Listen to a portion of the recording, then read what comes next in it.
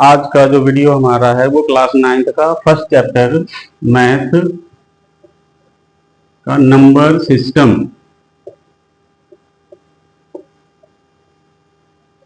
से रिलेटेड है।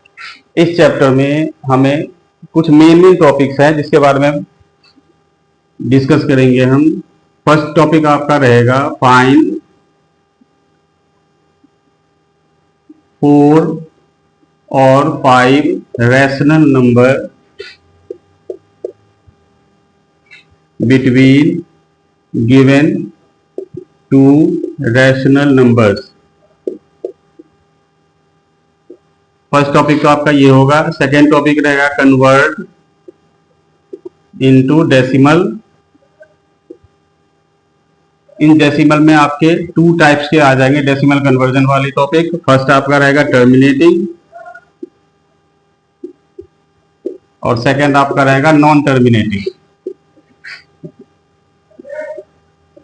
टर्मिनेटिंग और नॉन टर्मिनेटिंग के भी 2 टाइप्स आ जाएंगे। फर्स्ट आ जाएगा आपका रिपीटिंग और दूसरा आ जाएगा नॉन रिपीटिंग।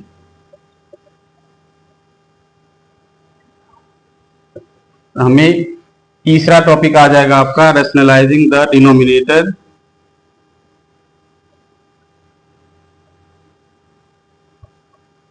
लेकिन इस टॉपिक को करने से पहले हम रूट से रिलेटेड, स्क्वायर रूट से रिलेटेड जो कुछ टॉपिक्स होते हैं उसको डिस्कस कर लेंगे, जो आपने 8th क्लास में पढ़ा था।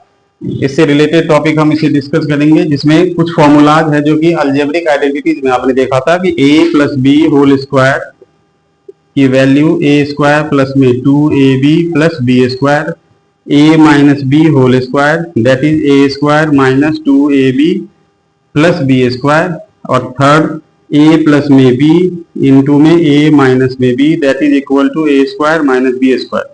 इन टॉपिक्स के बारे में हमें डिस्कशन करना है। तो इस वीडियो में हम इसके बाद एक और टॉपिक आएगा जो कि आपका होगा एक्सपोनेंट से रेडिकल से रिलेटेड, जिसके बारे में हम अगले वीडियो में डिस्कशन करेंगे। फिलहाल हम पहले फर्स्ट टॉपिक के बारे में आते हैं। 4 और 5 rational number between given 2 rational numbers. इससे रिलेटेड टॉपिक हम डिस्कस करते हैं।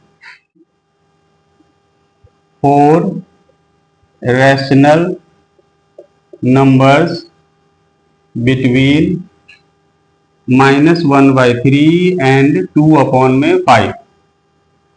इन दोनों के बीच में आपको 4 रैशनल नंबर फाइंड करने हैं। तो सबसे पहला स्टेप आपका होगा कि दोनों के डिनोमिनेटर को हमें सेम करना है, मीन्स दोनों का एलसीएम फाइंड करना है। तो इसका एक स्टेप है -1/3 को सेकंड वाले डिनोमिनेटर से मल्टीप्लाई कर दे और सेकंड वाले फ्रैक्शन को फर्स्ट वाले डिनोमिनेटर से मल्टीप्लाई कर दे। तो ये आ गया -5/15 और ये आ गया 6/15। अब आप यहां देखें दोनों का डिनोमिनेटर तो सेम हो गया। तो ऊपर जो नंबर हमारे पास है -5 एंड देन 6, इन दोनों के बीच में -4, -3, -2 एंड 4, 5 इस तरह से आ रहे हैं, कई सारे नंबर्स आ रहे हैं। तो हम इनमें से कोई भी 4 नंबर्स को लेके, 4 इंटीजर्स को लेके फ्रैक्शन शो कर सकते हैं। नीचे 15 ही रहेगा।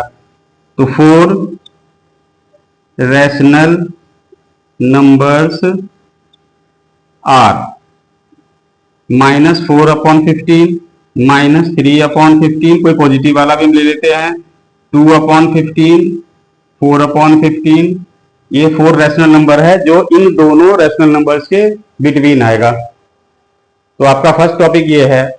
कुछ एग्जांपल्स और में हम लेके चल रहे हैं, जैसे कि -1 एंड -2/3। इन दोनों के बीच में हमें 4 रैशनल नंबर फाइंड करने। तो कैसे करेंगे? तो फर्स्ट -1/1 तो हम लिख ही सकते हैं, इसे 3 से मल्टीप्लाई करेंगे। -2/3 को 1 से करेंगे, -3/3 एंड -2/3। अब -3 और -2 के बीच में तो कोई नंबर आ नहीं रहा, तो हम क्या करेंगे, -3/3 को 10 से और इसे भी 10 से मल्टीप्लाई कर देंगे। हमारे पास आ गया -30/30। This become -20/30। नाउ -30 और -20 के बीच में आप कोई भी 4 रैशनल नंबर ले सकते हैं। 4 rational numbers are -30, -20, -9, -21, upon 30 minus 22 upon 30 minus 23 upon 30 and minus 24 upon 30. These are the four rational numbers between -1 and -2/3. अब आप खुद किसी बुक से भी क्वेश्चंस लेके किसी या नेट से कोई क्वेश्चंस लेके आप सॉल्व करके देख सकते हैं. How do we convert a fraction into decimal. तो इसमें आपको दो तरह के डेसिमल कन्वर्जन दिखाई देगा. पहला दिखाई देगा टर्मिनेटिंग और दूसरा दिखाई देगा नॉन टर्मिनेटिंग. टर्मिनेटिंग और नॉन टर्मिनेटिंग का मीनिंग क्या है, कैसे समझेंगे? किसे हम कहेंगे टर्मिनेटिंग और किसे कहेंगे नॉन टर्मिनेटिंग. टर्मिनेटिंग का मतलब है कि रिमाइंडर आपका जीरो आ जाए. नॉन टर्मिनेटिंग का मतलब है कि रिमाइंडर आपका नॉन जीरो रहेगा. मीन्स जीरो नहीं आएगा, कोई और नंबर आ सकता है. अब एग्जांपल हम समझा रहे हैं. जैसे मैंने लिया 19 अपॉन में 25. दोस्तों एक बात ध्यान रखिएगा, जिस फ्रैक्शन का डिनोमिनेटर 2 और 5 के फैक्टर में आ जाए तो समझ लो कि वो टर्मिनेटिंग होगा ही होगा. और जिस फ्रैक्शन का फैक्टर 2 और 5 के फैक्टर में, मतलब जिस डिनोमिनेटर का फैक्टर 2 एंड 5 के फॉर्म में नहीं आए, समझ लो वो नॉन टर्मिनेटिंग रहेगा. जैसे एग्जांपल मैंने यहां दिया 19 अपॉन 25.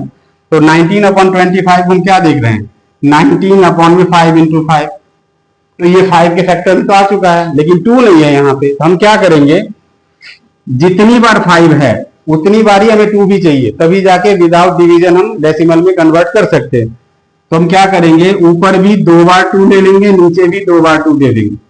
ऊपर आ जाएगा हमारा 76, नीचे आ जाएगा हमारा 5 5 25, 5 square into 2 square means 76 upon 10 का पावर 2, जो कि बन जाएगा 76 अपॉन में 100 और हमारा आंसर आ जाएगा 0.76. तो देखा आपने, बिना डिवीजन के भी हमने इसे डेसिमल में कन्वर्ट कर लिया इजीली. ऐसे ही मैं कुछ और एग्जांपल आपको दे रहा हूं तो आप करके देखिए. 37 अपॉन में 20, 79 अपॉन में 40. ये दोनों भी करके देखें कि ये आपका बिना डिवीजन के आपका डेसिमल में आता है या नहीं. नहीं आए तो आप मुझे पूछो, आप मैसेज करो, हम आपको इसका सॉल्यूशन देंगे. सेकेंड टॉपिक आपका इसमें आ रहा है नॉन रिमाइंडर जिसका नॉन जीरो हो. हम इसके लिए क्या करेंगे कि मैंने पहले ही कहा था कि इसमें फैक्टर आपका 2 एंड 5 नहीं आएगा. तो हमें क्या करना है, जैसे 17 अपॉन 11 लिया. अब आप यहां देख रहे हो कि डिनोमिनेटर हमारा 11 है, तो ये ना 2 की टेबल में आता है ना 5 की टेबल में. तो ऑब्वियसली बात है ये आंसर हमारा रिमाइंडर कभी भी जीरो नहीं आएगा. हम डिवाइड करके चेक कर लेते हैं. 11 बन जाए 11, 6 आया 0, 11 5 जा, फिर पॉइंट को लगेगा क्योंकि हमने जीरो डाला था, 55, फिर 5 आ जाएगा, फिर 0, 11 4 जा 44, 6 आ गया, फिर 0, 11 5 जा 55, फिर आ गया हमारा 5 0, 11 4 जा 44, फिर आ गया 6, फिर 0 डालेंगे, फिर से यही चीजें रिपीट होंगी. इसका मतलब 54 54 बार बार आता जाएगा. फिर हमारे पास आंसर क्या आया, 17 अपॉन 11 की वैल्यू 1.5454 एंड सो ऑन. इसका मतलब ये हम लिख सकते हैं इसे 54 पे बार. इस बार का मतलब होता है कि दोनों नंबर बार बार रिपीट हो रहा है, इसलिए इसका मीनिंग है ये नॉन टर्मिनेटिंग तो हुआ ही क्योंकि रिमाइंडर हमारा जीरो नहीं आ रहा है, लेकिन साथ ही साथ ये रिपीटिंग भी है, तब इसको नॉन टर्मिनेटिंग रिपीटिंग बोलेंगे क्योंकि इसमें 54 54 54 54 54 54 बार बार रिपीट हो रहा है और ये एंडलेस है, कभी इसका एंड नहीं होगा. आप कुछ भी कर लेंगे आपको इसका आंसर जीरो नहीं आएगा. सिमिलरली अगर मैं दूसरा एग्जांपल आपको दूं, जैसे दे दिया मैंने 37 अपॉन में 19, तो 19 भी 2 का फैक्टर 2 की टेबल में नहीं आता, ना ही 5 की टेबल में आता है. इसका मतलब ये भी हमारा नॉन टर्मिनेटिंग होगा, लेकिन ये नॉन टर्मिनेटिंग के साथ रिपीटिंग होगा या नहीं ये हम डिवाइड करके चेक कर लेते हैं. डिवाइड करके चेक करते हैं, फिर पता चलेगा कि ये रिपीटिंग है या नॉन रिपीटिंग है. हम 19 से चलते हैं 37 पे. 19 1 जा 19, आ गया हमारे पास 18। अब तो छोटा है तो 0 डाल के डेसिमल, फिर 19 की टेबल में 9 जा आता है 171, फिर आ जाएगा 9, फिर 0। 19 की टेबल में 4 जा आता है 76, आ गया 14, फिर 0। 19 की टेबल में 133 आता है 7 पे, फिर 7 0। फिर 19 की टेबल में 3 जा पे आता है 57, इसको माइनस करेंगे तो हमारे पास आएगा 13, फिर 0 डालेंगे। फिर 19 की टेबल में 130 के से नीचे आता है 6 जा 114, फिर आ गया यहाँ 160, फिर 160 से नीचे आता है हमारा है 8 जा पे 152, फिर आपके पास बच गया 8 रिमाइंडर 0, फिर 4 जा 76, फिर यहाँ आ जाएगा आपके पास 4, फिर 0। इस तरह से देखिए कभी भी रिपीट नंबर नहीं हो रहा है आपका। इसका मतलब ये आंसर आएगा हमारा इसका आंसर आ जाएगा 37/19 equal to 1.947368 and so on. कभी रिपीट नहीं हो रहा है। जब रिपीट नहीं हो रहा तो इसको बोलेंगे नॉन